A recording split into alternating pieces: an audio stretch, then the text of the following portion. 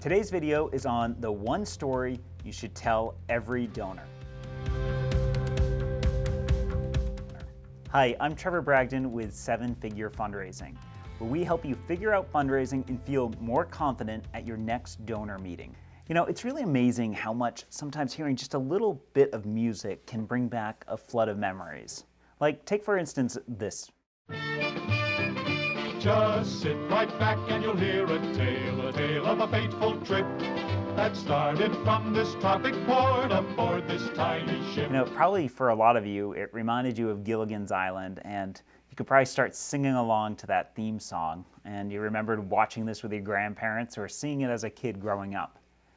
But what's interesting about that show is the creator was once asked, so why do you always have that song at the beginning of every single episode?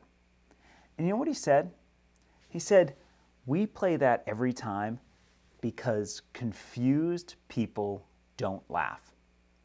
What's interesting is that's actually been a theme throughout lots of sitcoms, like even Arrested Development, a more recent sitcom. Now the story of a wealthy family who lost everything, and the one son who had no choice but to keep them all together. You know, they got their story down to just 24 words in just a few seconds. And why they're doing this is because they want to make sure you know the origin story of the show, because those confused people don't laugh. Well, the same is true with your nonprofit. Confused donors don't give. But if you're not consistently telling the origin story of your nonprofit, you're not giving your donors an opportunity to be reminded of why your organization was funded and first started. And the reason for telling this is because there's actually something magical about most origin stories.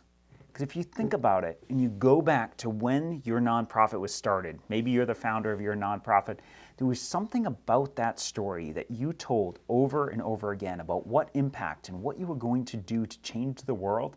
There was something about that story that got donors on board and excited to give.